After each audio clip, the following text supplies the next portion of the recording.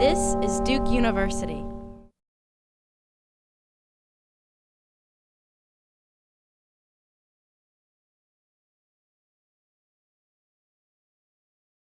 Thanks very much for coming. We really want to thank everyone at the museum for their hard work in making this happen. So our first presenter tonight will be Alex Harris.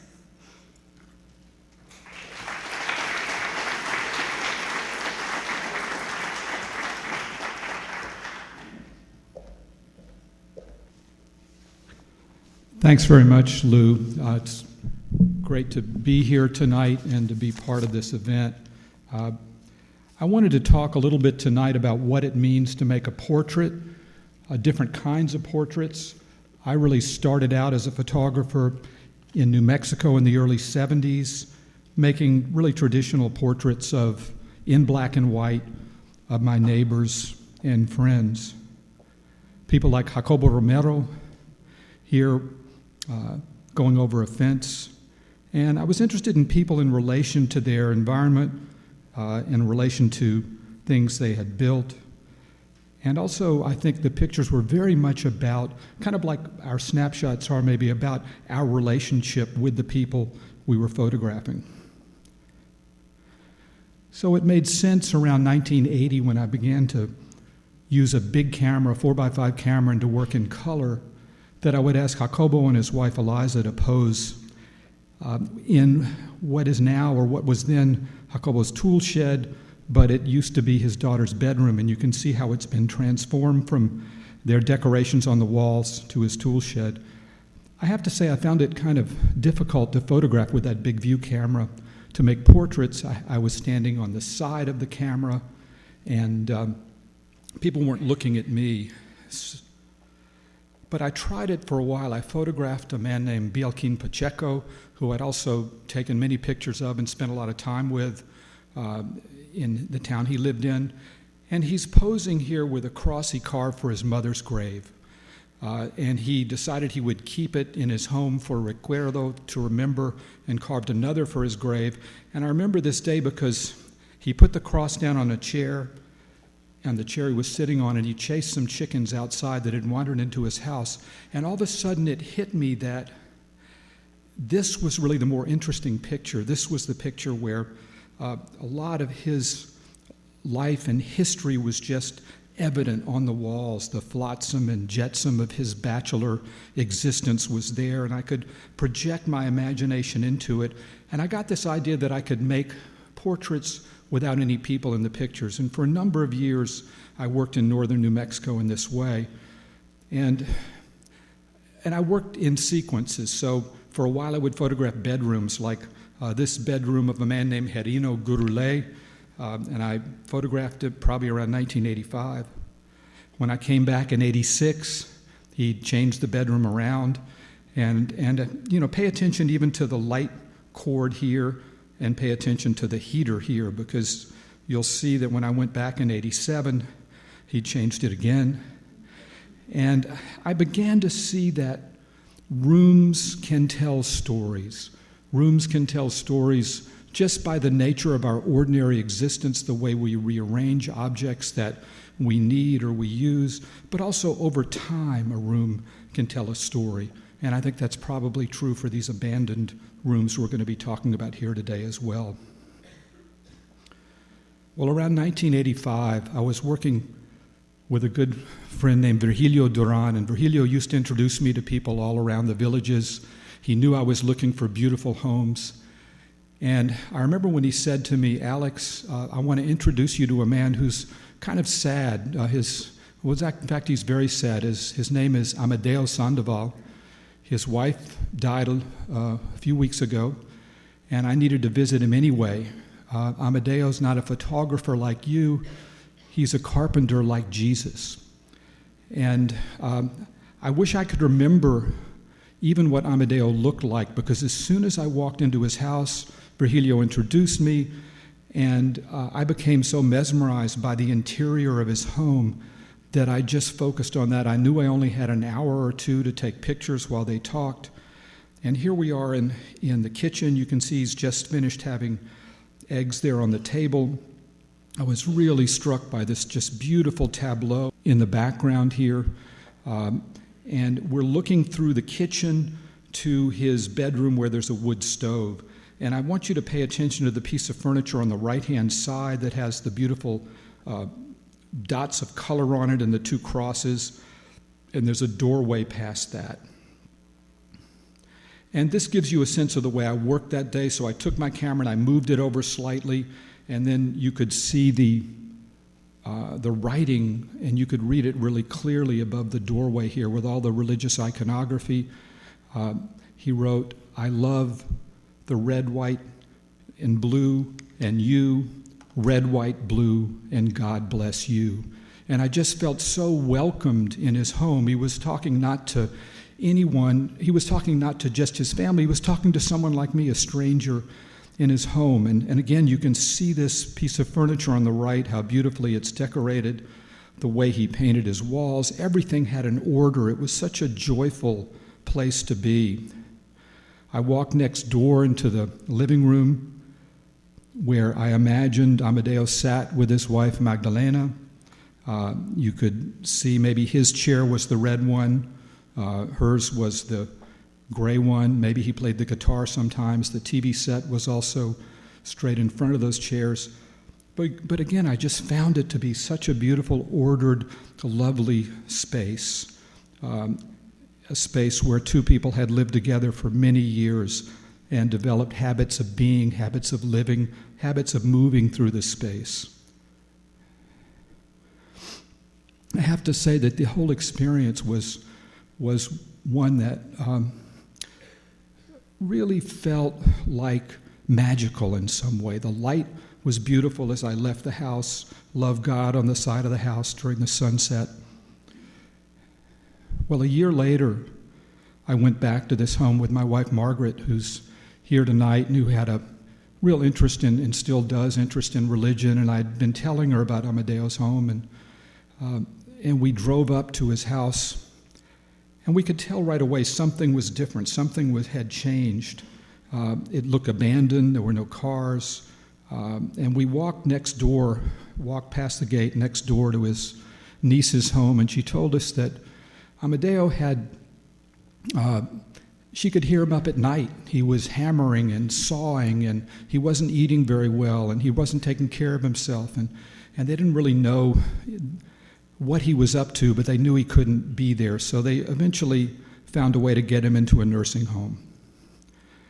And you could see as we walked up to the house that on this picture there's a doorway that he's closed in and he's plastered in for some reason. We asked her if we could visit the house, if we might be able to go inside and take pictures, and she said, sure, go ahead. And as we walked up to the house, the light was striking it in such an interesting way, and we noticed the piece of artwork in the background there that he had really framed onto the wall, but created on the wall. And I went up to it and photographed it. And it's really, to me, such a piece of religious devotional art in the tradition of art about praising religion, praising God. This is about Jesus, it's about the Last Supper, it's about the Virgin Mary. But the way in which he's organized this is so freeform on one hand, so ordered and so full of love and joy. And when we went into the house had just been absolutely transformed. This is the piece of furniture you saw earlier on the right. It's now literally almost been painted into the wall. The whole thing almost looks two-dimensional. The red wheelbarrow is the same color as the red hearts on the wall. And he had, if you look at the floor, that used to be linoleum, the floor has been pulled up. But still, just a mesmerizing place to be as a photographer. I noticed other devotional tableaus that he put together, this one to his family. And when you go up and read some of the things that are printed or written there, this one says, a Happy Easter, Christmas, and New Year. And then down in the middle there, it says in Spanish, here's the translation, I want you to achieve your greatest aspirations. So you get a sense of this man and how passionate he was about his family. In the living room, another tableau. This is in the house after Amadeo had been gone. And again, there's a saying there right in the middle next to that soldier that has been handwritten. It says, "Deep emotions inspire me on this great day, and with joy I offer you beautiful songs." So again, you get a sense of the man and what he was like. But look at the living room. Look at the room that I showed you earlier with the two chairs together. I think I want to ask you to pay attention to the stove on the right. It's about the only thing that stays in the same place. The room had been completely transformed. This was the original. Here's the new room. And you can see them both together, and you can see that he's actually moved that doorway that you see on the left. He's ripped up the floor. He's repainted the wall any number of times. He's moved most of the artwork on the walls. And I began to tell myself a kind of a story about this man who was a carpenter, who desperately missed his wife, who didn't quite know what to make of this space, but he couldn't live in it the way that he was currently living, and he just felt he needed to transform it. So back to the kitchen in the first trip. Here's the same view from a little closer, and you can see he's ripped out this wall. We're back to the stove, and you can see his bed. You can see the artwork above the bed, and that wall that was painted white is now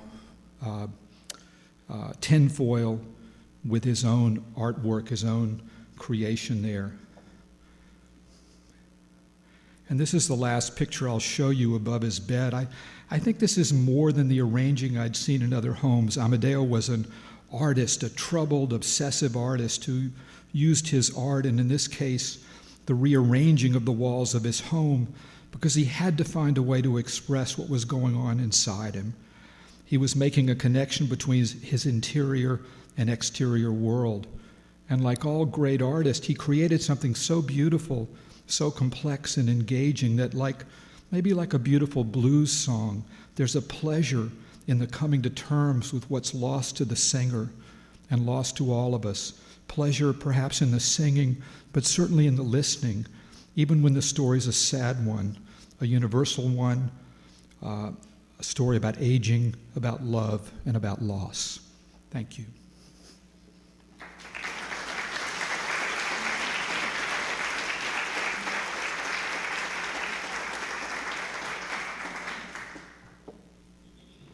So our next presenter is Alina Talman, and just as she's coming up here, I'll explain a little bit more. I was a little rushed in the beginning that the way we'll do this is each presenter will show their work and talk about it, and then we'll have a general discussion at the end, so we won't have questions in between each one.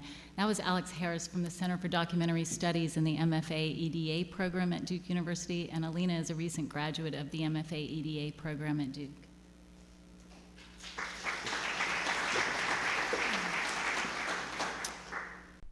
So I'm just going to show a very short trailer for a film that I just finished called Quiet Title. And this is a film that's based around my childhood house. And I would say it's not a story at all about an abandoned house, but maybe the opposite, being a story of a house that has a lot of residual energy.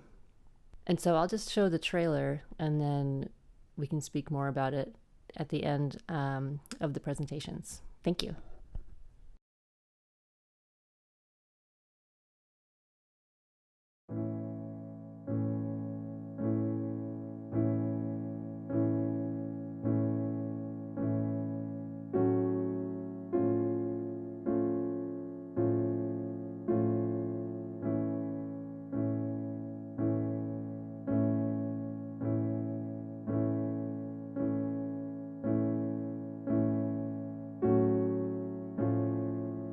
This was a time, unimaginably long time ago.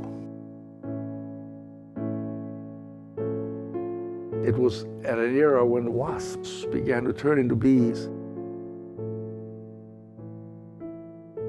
The only way that you can even begin to imagine what it's like is if you look at it in terms of centuries.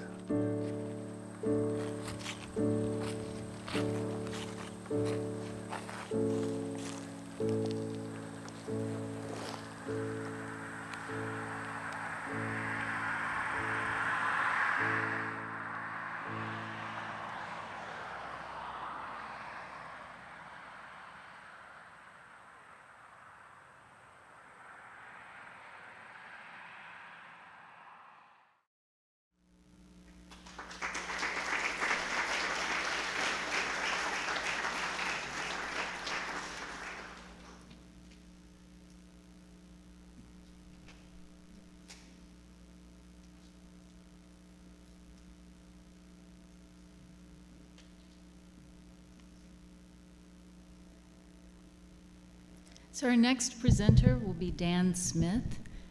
He'll be showing and talking about some photographs that he's taken, and he has a story to tell about those. He is from Duke's MFA EDA program.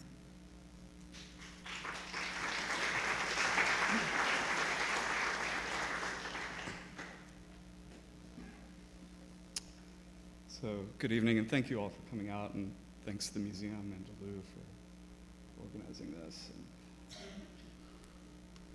So I'm originally from Durham, which is actually kind of unusual for a program. And I've been playing around with the camera since I was 5 years old. And growing up in rural Durham County, there's a fair number of abandonments, mostly old tobacco barns and old farmhouses, things like that. And for me, they were forbidden, first of all, as a child, but they held an allure, a mystery, but were mostly Rorschach tests, things where I could fill in my own blanks, kind of something to amuse myself more than anything else, and the same with the visual elements. They were time capsules, but they really didn't have any deep meaning for me, unlike the people who used them, up until last year. And early last year, a member of my wife's family, who was a 22-year-old first cousin of hers, was shot and killed as a police officer in the town of New Bern. And to process this grief, I decided that I was going to make a project about not his death, but his absence and what that meant to people in his life and what he meant to them. And so as I found myself going back and forth between Durham and New Bern and Little Washington as well, I found myself more and more reluctant to make it to that destination. It's a 2-hour drive, 2.5-hour drive, but it kept getting longer and longer, it felt like. And so along the way, I decided I was going to stop. There was a few places that had caught my eye, and I thought I'd just, poke around to see what they looked like and see if there were any interesting photographs. So this first location was a motel. It was in the process of being renovated, and they ran out of money. And it was simply frozen in time. The guts had been ripped out, and it was an extremely lonely place. But as I walked around, there was this calmness, this stillness that I had otherwise been missing, despite the chaos, despite the scattered remains of what used to be a functional place where families and weary travelers rested. It was a skeleton more than anything else, almost like someone had reduced it to the basic architecture. But there was something beautiful about it, and something that kept calling me back, making me wonder what those stories were about those people who had stayed there. But it was also, and this is something to do with abandoned places, very close to the road, and I felt very exposed every time I was there. So I kept moving on, kept searching. And I found myself closer to Little Washington, where my wife's cousin grew up, and discovered this abandoned fun park. I can't explain this. It's basically a mini amusement park with a golf course attached, but to be honest, it looked like the least fun place on earth. The signage that greeted you when you strolled up told you about potential dismemberment and scalping. And the sign of rules was probably taller than most of the people who ever rode those the go-karts. The go-kart track itself was littered with signage that said pregnant women should not be allowed to drive the go-karts, and that you were using it at your own risk. And it just felt, though lonely, comfortable. There was this sense, though, that it was abandoned, that it had just been walked away from recently, even though it didn't look like it. There were honey buns still sitting on the counter, golf balls waiting for their next play, which with a lot of rules as far as what you can do. But I found myself, again, staying longer at this place, these places that had suffered traumas, and in fact, in some cases, seeking them out far afield from my travels to New Bern. Because these places that had suffered a physical trauma, either through time or neglect or abandonment or even vandalism, held stories, held a peace and a calm, and in this case, messages from, it was a hint of life, honestly. Messages from someone written at one point in 2013 to someone else later on in the year. And the hope of something new and better than what I knew was awaiting me at my destination.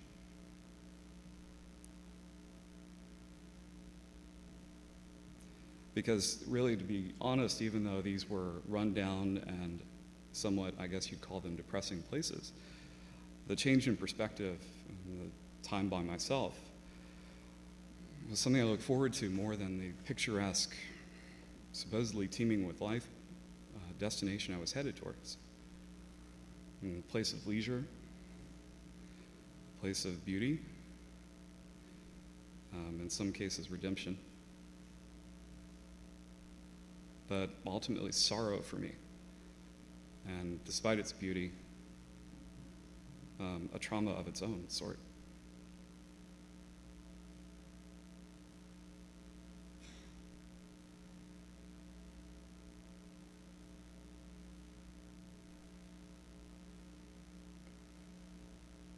So that's it. Thank you.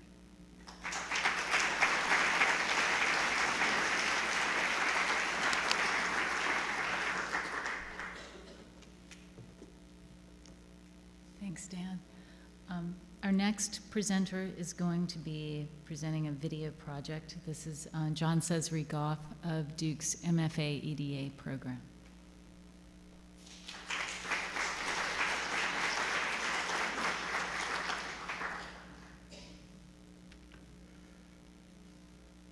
Good evening. I'm going to be playing sort of a rough assembly sketch of a larger project I've been working on. This is a project that I probably started in my childhood as a young person visiting Georgetown, South Carolina, listening to the stories of my grandmother and her siblings and other people in the community. My original inquiry was into the impact of the reverse Great Migration on the low country of South Carolina, in particular, land owned by African Americans since Reconstruction. The project is titled after Sherman because Sherman's special field orders deeded the land from Charleston south to the north of Florida to the recently freed slaves who had worked that land. And prior to the Civil War, Georgetown County was 90% African American, Charleston 80%, and Beaufort County 85%. And for the first time since the Great Migration from the south to the north, I believe in the last census, there was a greater amount of African Americans living in the south than the north in basically the last 100 years. So history happened, so my work took a different course. But it reminded me of two American spirituals. One states, "I'm building me a home." This earthly house is going to soon decay, and my soul's got to find some place to stay. Another states, there's a leak in this old building, and my soul has got to move to another building not made by man's hand. So abandon, for me, takes on both of its dialectic meanings. On one end, having been deserted or cast off, and on the other end, unrestrained and uninhibited.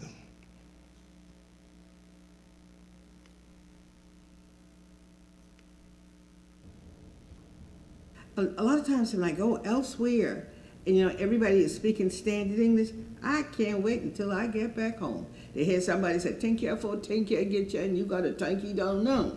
Or someone tell you in the morning, "Yeah, how you for do yet this morning?" I feel comfortable speaking Gullah.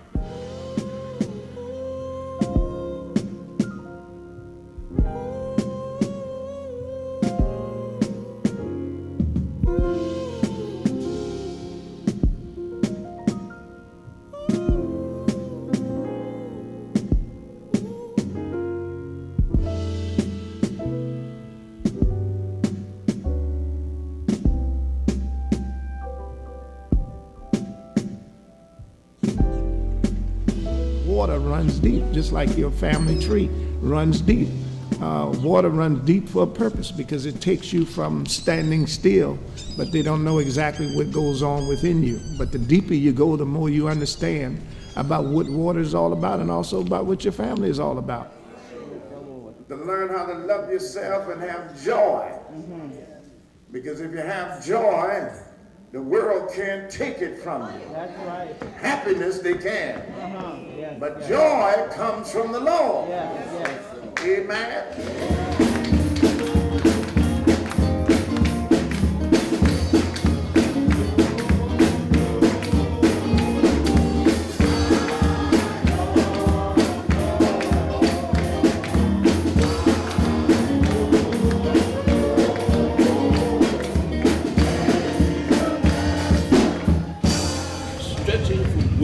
North Carolina, all the way to St. Augustine, Florida, right along the Atlantic coast, Georgia, South Carolina, North Carolina, and Florida, and 30 miles inland, approximately 12,000 square miles, and several 100,000 people. We have a sacred legacy that is expressed in many ways. We are under threat. Terrorism is something we've known for generations. And the government start paying $20 and spending $5 a week. And having 90 things run, travel along. So little money start pick up by the breeze, not too good, but it start to be then. December 7, I get a job, but December 7, 1941 had a song of that. Jab Bumper Harbor.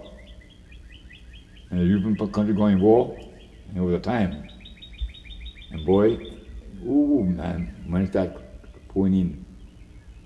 Money start pouring in 1941, money start coming, keep on up and said no, money yeah. I ain't got them myself, but money yeah. I got 3 grandchildren, I got a good job and make good money.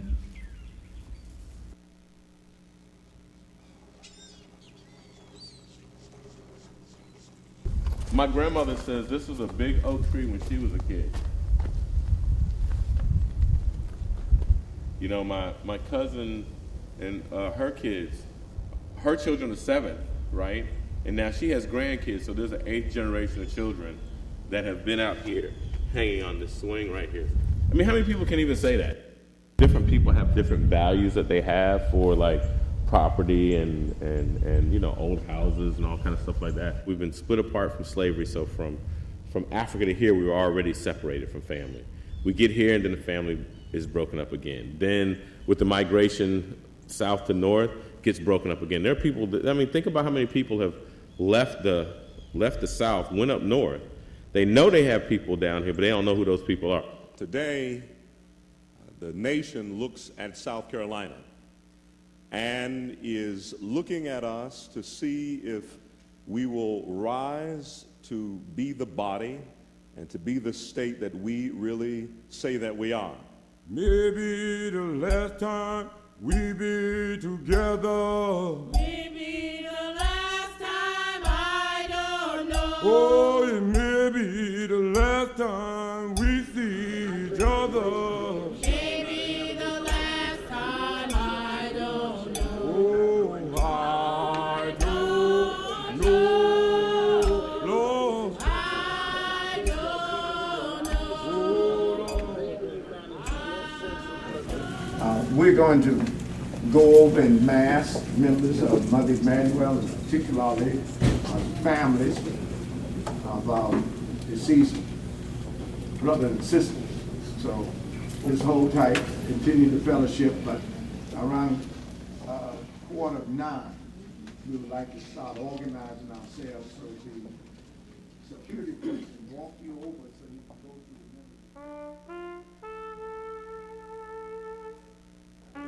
the celebrating 50 years of Selma, and the more things change, the more they seem to stay the same.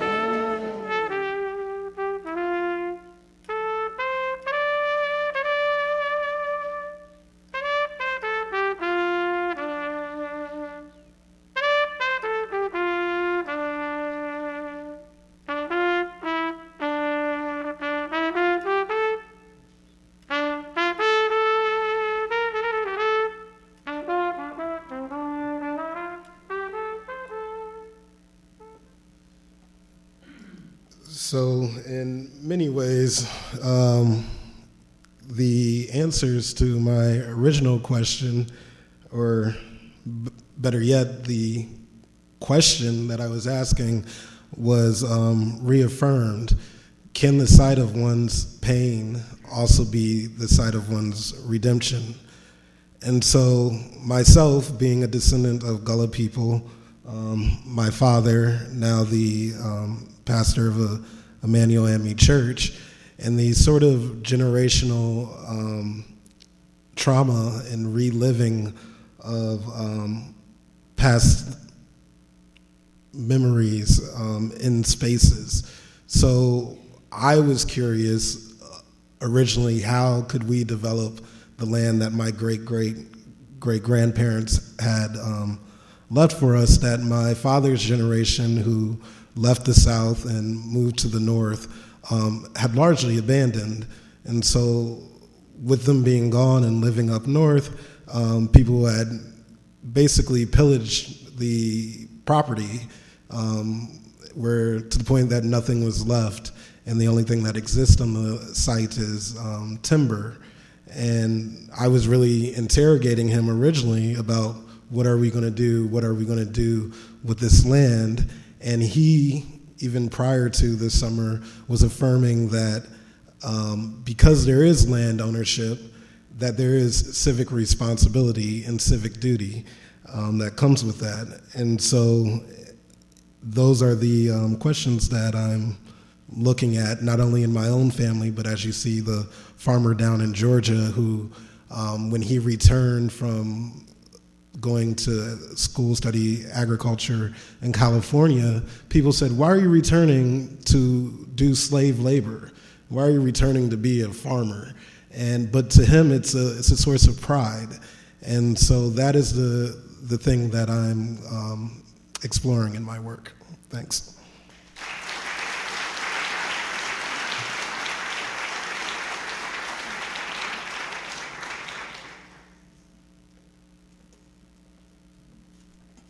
Thanks so much, John. So our last presenter is Scott Garlock, and Scott is the one person on the panel who's not from Duke, but he is the person who inspired this panel. So I have been following him on Facebook, probably like many of you have, and really was excited to find out about this exhibit, and that got the rest of us together to figure out how we could get a chance to collaborate on this. So. Good evening. My name is Scott Garlock, and I've been taking photographs of old houses for for a long time now. I started getting interested back in probably the 70s, which makes me about 2 years old. No, makes me probably about 7 years old. And I was, I saw my first abandoned house with my father. He let me peek in the windows, and I haven't recovered since. So everywhere I go, everywhere I've ever lived, everywhere I've traveled, I always try to search out the historic districts. I always search out the old homes, and not necessarily the restored homes, but the ones that are forsaken, the ones that are truly orphaned. And it wasn't until I moved to North Carolina where I found, I guess, the cornerstone of my work. Eastern North Carolina has a lot of abandoned properties, and in particular, I like to specialize with the more agrarian properties, the sharecroppers, the farmers. And where I live in Warren County, there are a lot of abandoned homes, abandoned structures, tobacco barns, everything from A to Z that's just truly orphaned, forsaken, not known by many, only known by a handful of genealogists and historians. And this is one of the places that is special to me, because it's one of those homes where there was a lot of personal effects, a lot of artifacts that were just simply abandoned in a home. And even if you don't know the story behind this homestead, those who lived in it, just by looking at the artifacts, looking at the pictures, looking at the scenes inside the home, you can start to you can almost figure out exactly what they did for a living, what their personal tastes were. And for a home that's probably no bigger than 3/4 the length of this stage, it was jam-packed full of this family's life. And this home had probably been undercover by, pine trees and oak trees, probably for about 50 or 60 years. When I photographed the home, basically I was photographing just macro sections of the home, because you couldn't get a full shot of the home. There's too many trees. The logging company came in and they cleared all the trees away. And that allowed me to take some photographs of the home as a whole. But the flip side of that is it started the home's deterioration process a lot quicker. So I felt a sense of urgency to try to chronicle the inside of this home. And rightly so, because in just the last 6 or 7 months, I've noticed very significant changes in the home's condition. Some of these scenes that you'll see on some of these slides don't even exist anymore. This particular scene, this is the first thing I saw when I first went into this home. I poked my camera lens in this window, some tattered curtains, and I was met with a flurry of feathers, and it was just Armageddon as far as I was concerned. It launched me back about 3 feet. I was trying to figure out what was going on. I had my camera aimed just in case I wanted to take some pictures of my assailant. Turned out that it was a turkey vulture that had taken up residence in the living room. Once he vacated the back side of the home, I then proceeded to put the camera in the window, and I took a picture of this calendar that was on the wall. This calendar shows that it was from January of 1967. The black and white photo that you see on the calendar is a black and white photo of Capitol Hill back in the mid-60s. And as the story goes, this home belongs to Foster and Ada Robertson. And Foster and Ada were lifelong Warren County, North Carolina agrarians. They lived in that house their entire lives. And Foster's son, Turner, managed to break the mold and not be a farmer, and he moved to Washington, D.C. and became head of the White House pages on Capitol Hill. He sent a calendar to his father probably every year. Those calendars were given by congressmen to their constituents, and he gave one to his father. His father, Foster, hung that calendar on that wall very prominently next to the tattered remains of his old easy chair that's still sitting in the corner of the living room. The story goes that Foster used to get very aggressive, almost fisticuffs with anybody that made any disparaging remarks about politicians, because he felt that it was the politicians that gave his son his livelihood, and he was very proud that his son was able to break the mold and not become a farmer, but rather, you know, in Foster's mind, somebody that made some of himself. As I was going through the house, I discovered that Foster had an affinity for wingtip shoes because they were everywhere. He had, I think, wingtip shoes for when he was out in the field. Those are the ones that had the holes in the insoles and stuff like that. And he also had, I think, his Sunday's best. But he definitely had an affinity for all kinds of different dress shoes, which I thought was pretty neat. This is a pair of Foster's old shoes that were residing right next to his bedroom door up in his old bedroom. And when I was talking to family, I was saying, you know, some of his shoes don't have shoelaces in anymore. And one of his family members said, well, that's because Foster later in life had some severe edema in his feet. He used to take the shoelaces out of his shoes, just use his shoes as slippers for the most part. And so it begs the question that most likely Foster was the last person to actually touch those shoes, and most likely was the one that removed the shoelaces from them. So I felt you feel a sense of reverence when you walk through these homes, that you don't want to really even want to interact with the physical environment, even though just by standing in the rooms you are interacting with the physical environment.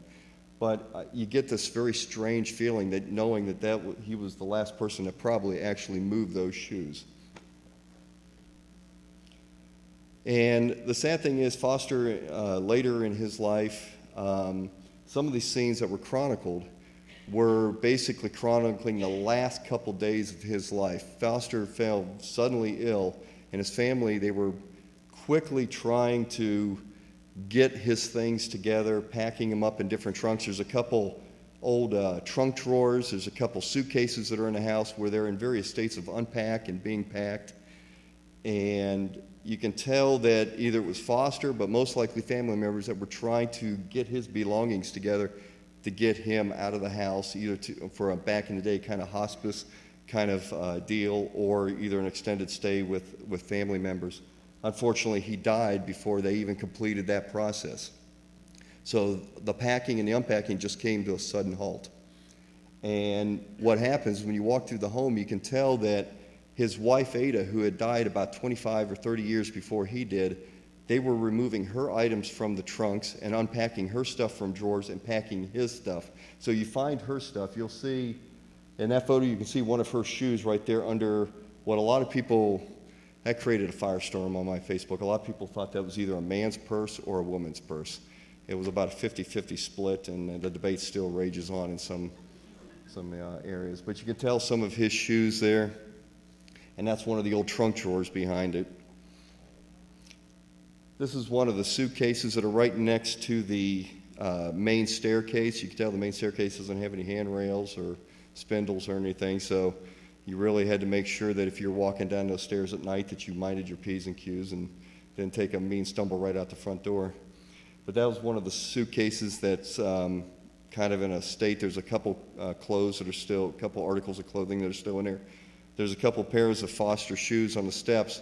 An old cloth shoe holder that was hung on the back bedroom door of his bedroom had dry rotted away, and it released the contents of all the shoes, and it came spilling down the stairs. So you'll find his shoes just littering down the main staircase, along with some vintage copies of Progressive Farmer from 1950 that are all littered down the steps. This is in the kitchen of the home. This is one of their many chairs. The chairs, there was a chair theme throughout the house, which was, I thought, pretty neat. And the kitchen is the most dilapidated part of the, and this was before they did any clear cut. You can see some of the vegetation, how dense it was in the background there. But the kitchen had already taken a beating, but when the loggers came in, they pretty much finished off, so the kitchen doesn't even exist anymore. And so that rocking chair, or that particular chair right there, doesn't even exist. This is one of my favorite shots of the home. When I first found this rocking chair, it just harkens back to a different time, different place, where people didn't have the luxury of just taking a chair, a piece of furniture, and discarding it the moment that it broke and going to Walmart or some other place and just picking up a new one. This chair has been repaired many, many times.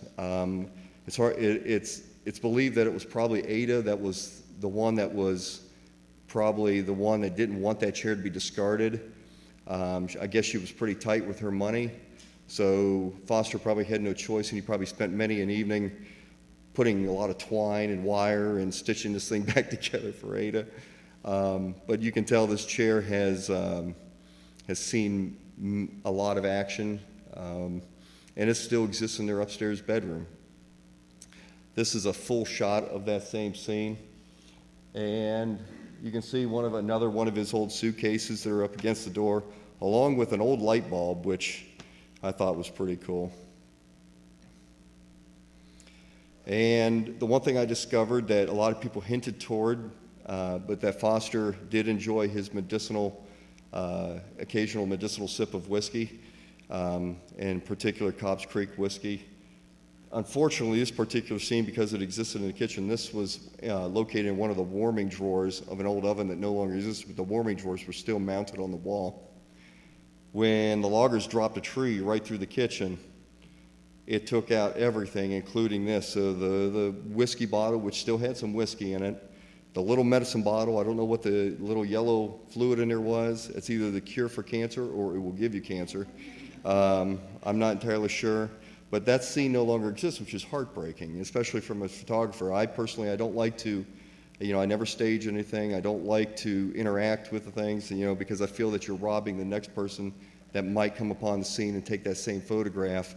And you would like to think that photographer would like to think that he's taking a scene that's been untouched and everything. And that's basically my creed. And so it was heartbreaking for me to realize that this scene was this environment was completely destroyed. This is one of the upstairs bedrooms, a very compromised section of the house. This is one of those deals where the floor actually feels like a diving board. When you stand on it, you just go up and down about 6 inches or so. And personally, at 260 pounds, that can be a little unnerving. Usually when you go spelunking into these old homes, you'd like to be more like a horse jockey, like 120, 130 pounds, especially when the floor is going up and down on you.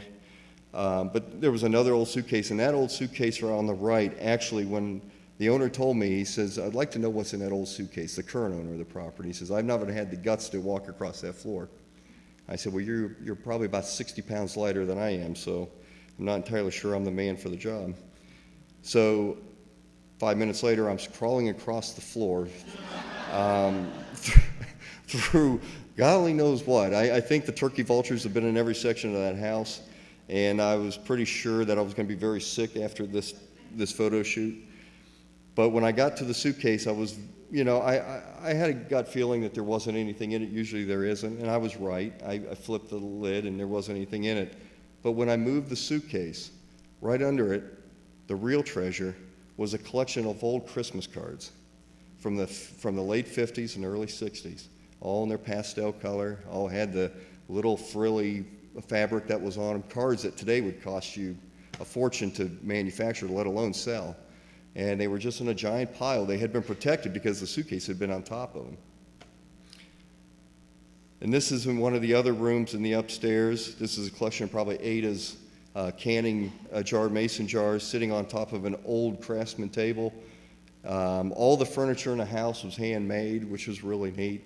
And I thought this was a pretty cool picture because of the Hollywood-esque spider webs that were draped underneath the table. They were catching the light just right. I also found out that this is the nursery for the turkey vultures because then I went back in the spring, and lo and behold, there was 2 eggs sitting right in the middle of the floor. And when I came back, probably about 8 weeks later after that, the little chicks were up there. I don't know if anybody's ever heard a baby turkey vulture hiss at you, but it will get your attention. It will get you out of the house. It is unearthly, but it is truly something that it's too bad I don't have it on recording. That would be amazing. This picture here is unique in that it was taken in one of the downstairs rooms, and every window in the downstairs room had plywood or farm-grade sheet metal over the window, so it was pitch black. Whoop, let me back up. It was pitch black, except for that one section of the metal that was peeled up, and I could put the camera lens in there, and the sun was coming through there. It was such an early morning shot that the sun angle was coming in low enough where it was hitting just a spot on the wall. And with everything around it was pitch black, yet the sun was highlighting what was obviously the vintage wallpaper that was in the living room. And you can see the blue flowers on the wallpaper, which was like, to me, it was amazing. And I also found out that the Robertsons enjoyed their brand of choice for vacuum cleaners was Electrolux. They had a couple of them. This one here was in a closet surrounded by corn cobs. I'm assuming they were imported in there from some little critters that had brought it in from the surrounding area. And this was taken recently after the loggers had left. And that's all that's left of their little farmhouse. And I just felt that it was so lonely, the desolation, the feeling of desolation with the recent tire marks. This area was completely surrounded by very venerable loblolly pine trees and oaks. And after the loggers got done harvesting the surrounding trees, it pretty much so just left what looked like a lunar landscape, discarded oil filters, fuel spills, the tree stumps, all with recent blistering of tree sap that was just beating up from everything. And you can see the one lone tree they left there, broken limbs. And it was very lonely. It was a cloudy day, except for that one little spot right above it, and the sun was coming through. And as you can tell, it was a simple house, but it was chock full of memories, and it had just enough artifacts, enough personal effects, where you were able to stitch together a story that coincided, basically directly with what was told to me by the family members. And it's one of my all-time favorite houses. And that's it. Thank you. Oh, real quickly, I probably forgot to tell about that story.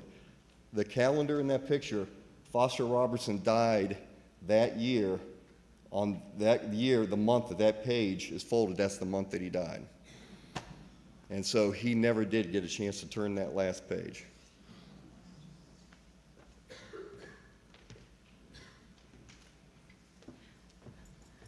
So that was our last presentation of the visual part of this, and so now we're going to move that table into the center of the stage, and we're going to have a discussion about what we've seen, and we're going to talk just a bit, and then we're going to open it up and give you a chance for some questions. We are supposed to be wrapping it up around 8 o'clock tonight, but we can probably go just a little bit after, so just bear with us for a minute while we get this set up. So first of all, thanks to all of you very much. I just want to toss out a few words that were coming to mind. I had a lot of thoughts. I had sent you some thoughts in advance, but of course everything changes. But there were some themes that run, even though these projects were really, really different from each other, there were some things that really struck me as being common themes. And so words that came out, trauma was a word that many of you used, and if you didn't use it, it was certainly obvious in the photographs. Trauma of the homes themselves or of the places, trauma of the people who'd lived there, but also this idea of redemption, which I think is fascinating, like trauma, redemption, resilience, and fragility. There's this, there are these contrasts that are coming through in all the projects that are really fascinating to me, known and unknown, and unknowable, which is also something that I was really curious about. So I hate to just kind of bombard you with words, but these are impressions, and they're really deep ideas. And so I want to start, though. I really want to think about this trauma issue, because there's something, to me, one of the questions I've had, especially looking at Scott's work and knowing that it's fitting in a time now where a lot of people are interested in abandoned places. For urban areas, people talk about ruin porn. And we don't really call rural pictures ruin porn in quite the same way, but there's a fascination with these places that are deteriorating, and it does seem to be this need to look at a place that's been traumatized, to look at deterioration, and that kind of flies in the face of what we're told. We're supposed to be making ourselves happy, and I think Dan, in a way, yours really picked at that, got at that issue the most. But all of yours, projects really are dwelling on something that's declining, and we're watching the decline. You're returning to a place over and over. You're layering the decline. You're telling the story of that.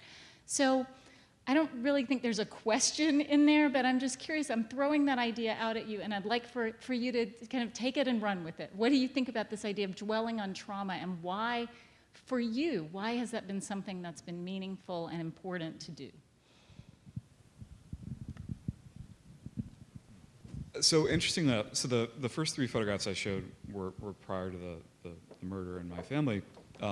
They were actually, while they were photographs of then abandoned spaces, the owners, or at least the people in charge of those spaces, had actually, in one case, given me permission, in the other case, actually invited me to come and document, to photograph those places.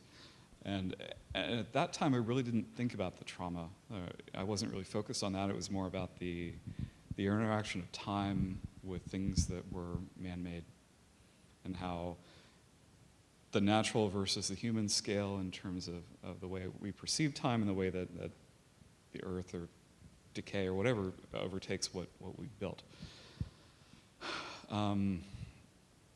You know, for me, when I was looking at these places, the motel, the fun park, the Linden School, they were not, you know, while I was struck by, I guess they were traumatic, the experiences that the buildings had had, it really didn't strike me as a trauma. You know, it wasn't traumatic for me to experience them. Like I said, there was this experience that as I was getting closer and closer, you know, New Bern can be, it's an interesting town because there's a dramatic division as far as socioeconomic status in the city, but you know, it's a very picturesque town, and same with Little Washington. But I really didn't want to get there. It just was becoming more and more painful through the course of the project I was working on, and ultimately set aside, partially because I was the keeper of these secrets that these people I was speaking with were bestowing upon me, in some ways burdening me with. And in a way, I felt that these places, the motel and the fun park to a lesser extent, but the Linden School especially, had secrets, and I just had to be quiet and wait for them to tell me their secrets. But I don't know if that makes sense or not. I'll stop there. Who's the next victim? One of the things I was thinking about when you mentioned trauma is the way in which we deal with trauma in our lives, and often it's in our dreams. We'll dream about things that are traumatic for us, and often we dream about them in a way that we actually hide the traumatic event itself. We dream about something that is 1 or 2 steps away from it. It's hidden, it's symbolized, and they say that if you dream of a house, you're dreaming of your mind, you're dreaming of your interior life. And maybe our fascination with the trauma of these destroyed houses, it's a way that in our real life we can work out this fear of our own mind, our own deterioration. We're fascinated by these houses, and it's a place that we can play out that trauma that's much safer. And that's a very shrinky way of thinking about it, but it's interesting, I think. I actually have a very similar answer. Mine is, you know, like the movie The Sixth Sense, I see dead people. But I don't see dead people, I see living truths. And so even with the land and the property down in Georgetown, there's living truths that I think it took time for those truths to become visible. Like, for example, the fact that I discovered that at the end of the street where my family's land is Hop Sweet Plantation, which happens to be the plantation that my 4 parents came from. And so they literally had farmland across from the abandoned rice fields of Hop Sweet Plantation, Daniels Island. And so it's like, these are connections that when you're living inside of the trauma, you're unable to see. And me being a generation removed from this location, I'm looking at it with a different set of eyes. And so I see the dead people. I think the only time that I've actually experienced any trauma, it's usually when a family gets in touch with me. They want me to photograph a home that they haven't seen in 40 years or 50 years. They're usually out of state, you know, maybe across the country. And they'll give you the directions, you find the home, and you know, it's the replacing of memories. You'll take a photograph of a home. They've told you what the home was like. They've told you characteristics about the home. You arrive on site, and it's not even close to being what they've described, but they remember it from 40 or 50 years ago. And you get there, you take the photographs, and you know that they're curious. You'll get the emails at night. Well, did you go? What did you see? How's the home? Is it in great shape? Does somebody own it? Yeah. And, the worst case scenario is when you've come back with a picture of a foundation or a chimney, which usually those are reminiscent of headstones to me for an old home. And they're eager. They want the pictures. And when you hit that send button, and you send those photos off, you're about to replace a memory that they have in their head with another visual. And and many times I almost feel like I need to give them a disclaimer. I'll tell them, here's what I saw. You do realize that once I send you these photos, yes, you'll still have the memories that you described to me, but the photos are going to somewhat taint those to some extent. The memories from 40 or 50 years ago are very fragile. Especially the older you get, sometimes you forget them. But those memories are very fragile. So by sending that photograph, that is, in a way, going to interfere with that process. And I guess if I was going to use the word trauma, I guess you would feel a little bit of trauma on that day. It's a little bit of mental anguish, knowing that if you really do care about these folks, or you can see how exuberant they are about their property and their family history, by hitting that send button, what are you about to do? And I've had some, oh no, please send them. But once they get them, it's going to be heartache. Because there's really there's not enough of the home left there to evoke maybe any memories that were suppressed. They're talking about shutters and blue shutters and red shutters. They're talking about this, and there are no shutters. They're talking about, and so I think that's the only trauma. When I photograph old homes, I try to capture them in the best possible light because I'm trying to either get the family that I took the pictures for or the folks that view the photographs, I'm trying to get them to take a trip down memory lane, and hopefully it's a good one. And so I go out of my way to try to eliminate the trauma to some extent. But, again, Mother Nature as a custodian, her touch is abrasive. And when left in her care, bad things are going to happen to homes, and it's inevitable. And so, hence, the trauma. Okay, I have one more theme I want you to talk about, and then we'll maybe get more specific with the audience. But absence is something that I noted, which I was really struck by that because I'm not a photographer, I'm not a video person, and so when I take photos, I'm thinking I want to capture that thing or that moment or whatever. So it's something that's present. And what is striking about all of your work is how well you use things that are present to convey the absence of something. Or in your case, Alina, it's how you're using the medium of video to portray the presence of something that can't be seen, which is also so. But I would love for you to talk about that, about how you capture absence and intention, what you do in your intentionality when going about your projects to really convey that palpable feeling of somebody was once here, or something is here that we feel that there is something there, even if we can't see it. I think I tried to talk about that in those first two photographs of Bielkin Pacheco, one where he was present, and once he was, and the picture really was about when he was present. And think about the pictures that we make. If someone has a certain expression, that completely changes your feeling about the moment. Or if they have a certain demeanor, you don't really, it defines the background. But once he was gone, once he was absent, the scene really engaged my imagination. Margaret and I had a close friend named Reynolds Price, a novelist here in North Carolina, and taught at Duke for 50 years, and he used to talk about this notion of if you can write a story that engages the creative imagination, and I think that's what absence does. It engages our imagination. We project ourselves onto a scene instead of having it be defined by the presence of an individual. I kind of to echo that, there's something, I've always tried to, in the work that it involves abandoned spaces, have something human scale that the viewer can relate to.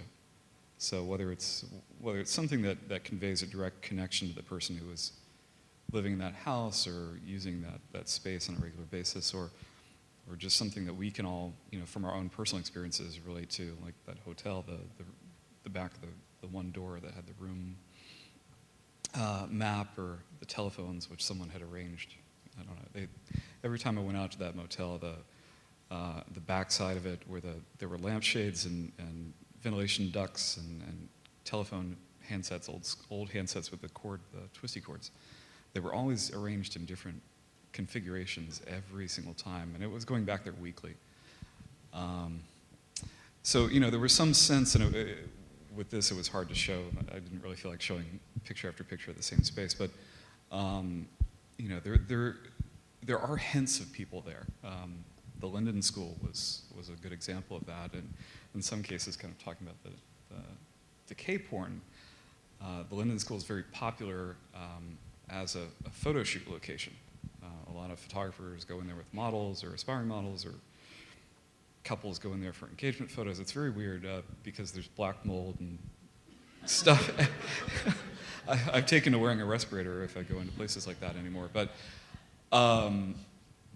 there was detritus of things like photo shoot. There were reflectors, gold on one side, silver on the other, that you use, or people had arranged film canisters that they had spent, used, and emptied the film out, and so set them in rows.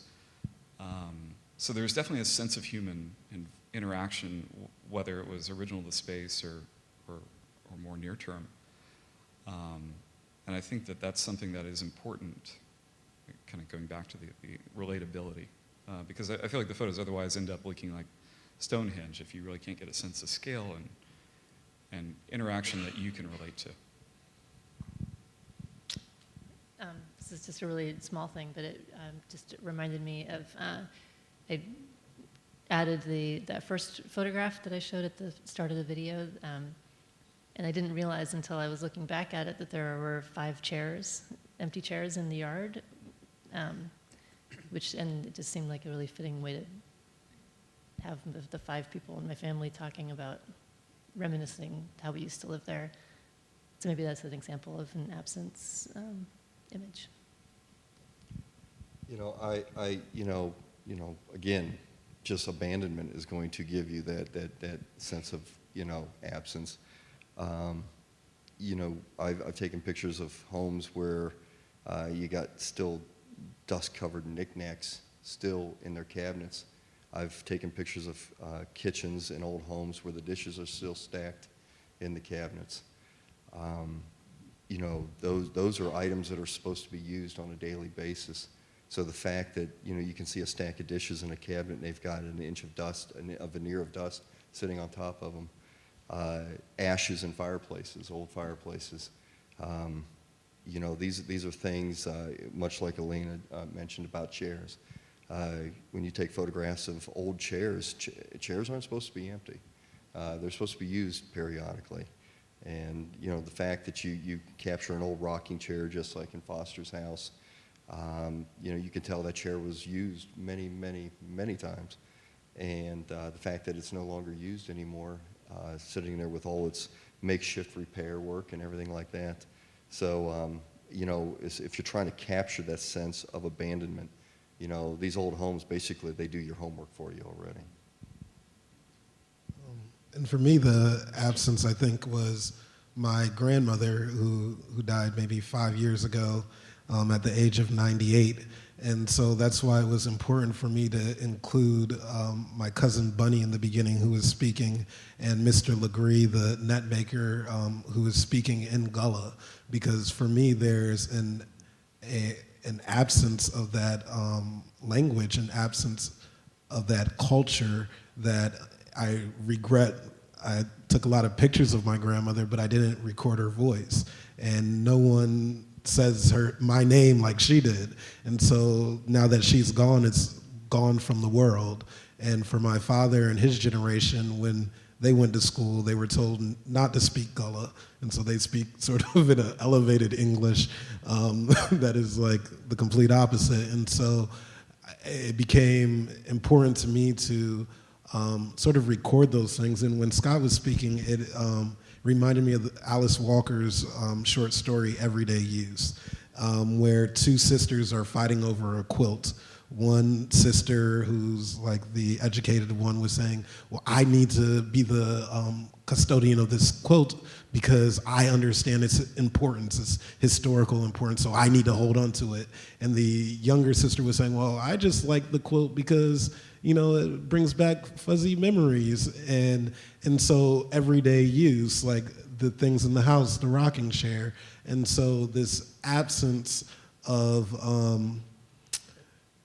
the absence brings to question what is the purpose of that thing that we're missing. And for me, what's missing, or what is on the verge of being lost, is a cultural identity that in many ways is a connective tissue for pride that can't necessarily be found in a history book.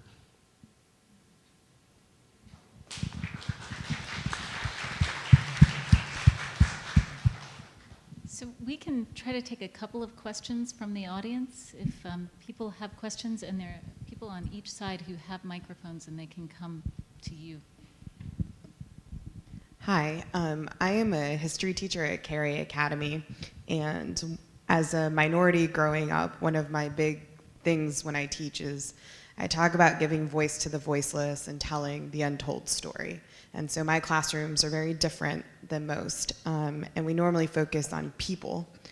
I have been struggling recently with the actions that are being taken in the Middle East and the destruction of buildings and property, and trying to ask myself why the destruction of those buildings is hitting me in a place that's very different, and my students in a place that's very different than the photography that we're seeing of people.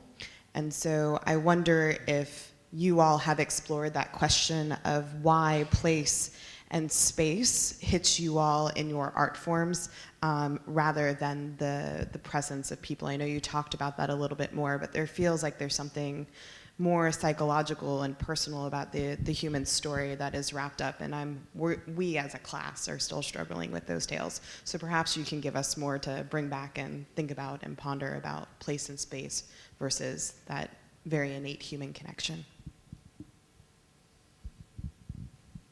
Well, I personally think that whether or not we're dealing with the loss of the people themselves or the destruction or the deterioration of their personal space, their homesteads, they're basically, the way I've always operated, almost like one and the same. They are the physical embodiment of those that used to live there. It's their taste in wallpaper, their taste in clothes, their taste in architecture as far as the type of house that they built, their furniture, everything's in there. I don't think there's anything more personal that a human being can own than their own living space. It says so much about you. It's why we spend so much money on landscaping.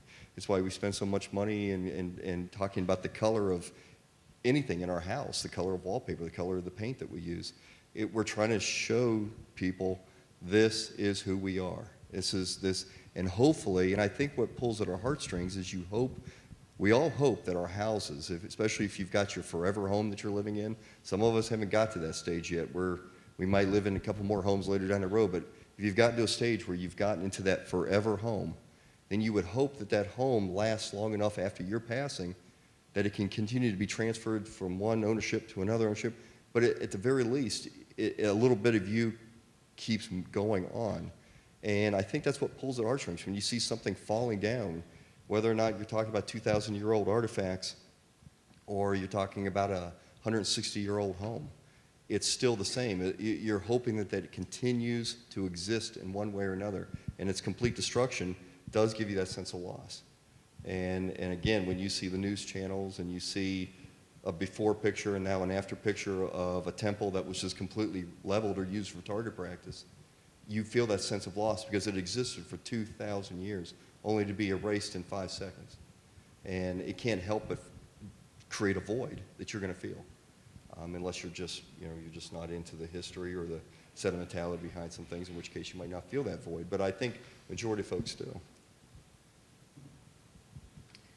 I think there's also, again, with my case with the house in particular, there's probably like a psychological thing about a structure as shelter and a safe space or something stable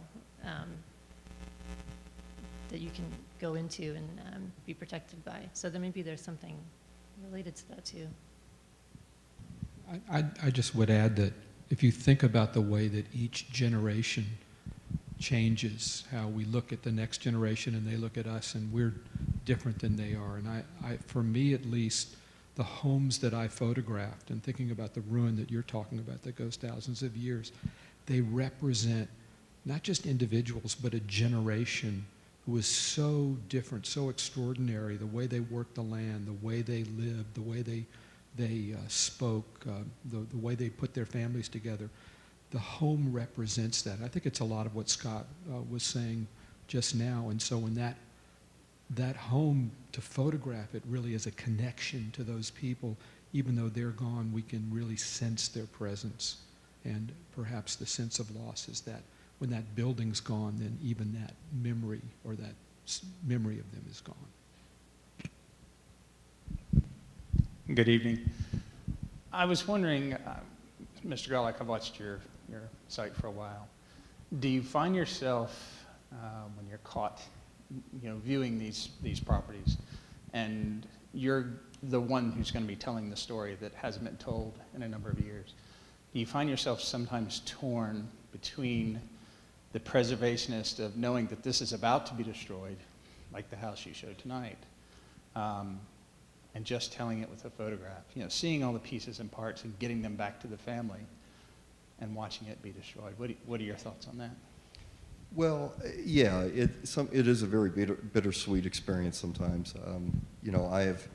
Anytime you encounter a home, which for me, unfortunately, is about 85, if not 90% of the homes I photograph are beyond conventional repair. So you do feel that, boy, I really am probably taking the last photographs of this home before it's an unrecognizable, pancaked debris pile. And so, yes, I get very, because I grew up my childhood with grandparents whose homes were 100-plus-year-old homes. And so I guess I have a special place in my heart for these homes, obviously. And so when I walk into a home or I'm looking into windows of a home and I'm looking at a place that structural failure is imminent, then yeah, you can't help but feel sad. And I guess every once in a while, the restoration success stories are far and few between, so you don't get that chance to wring yourself out. I almost feel like a sponge sometimes, and you feel full of this kind of negativity sometimes about, boy, that's just another home that lost. I've got a file on my computer that's just grown in the last year of structures that no longer exist.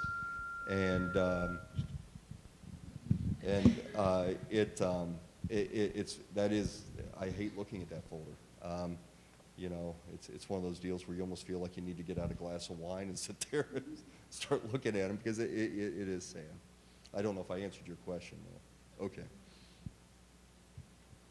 So I think that that our time has run out, sadly. But everyone's going to be around a bit for after, if we can mingle a little, if people still would like to meet the panelists. I want to conclude the night by thanking the Museum of History here for everything they did to make this collaboration possible, and just mention the co-sponsors, the Forum for Scholars and Publics, Duke Center for Documentary Studies, the Duke Program, Master of Fine Arts and Experimental and Documentary Arts, and the Durham County Library. So they all made this possible and helped get the word out. And of course, you all made it possible by coming out on a Friday night, a holiday Friday night even. So thanks very much for braving the Raleigh traffic and coming out, and be safe.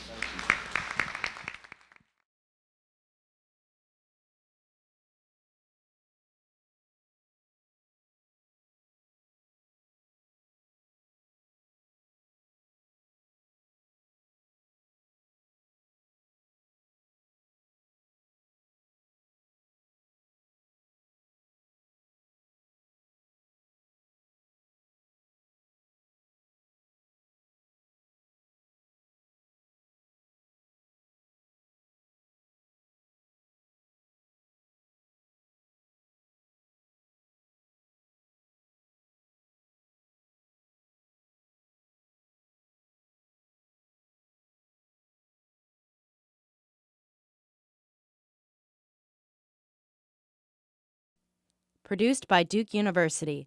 Online at duke.edu.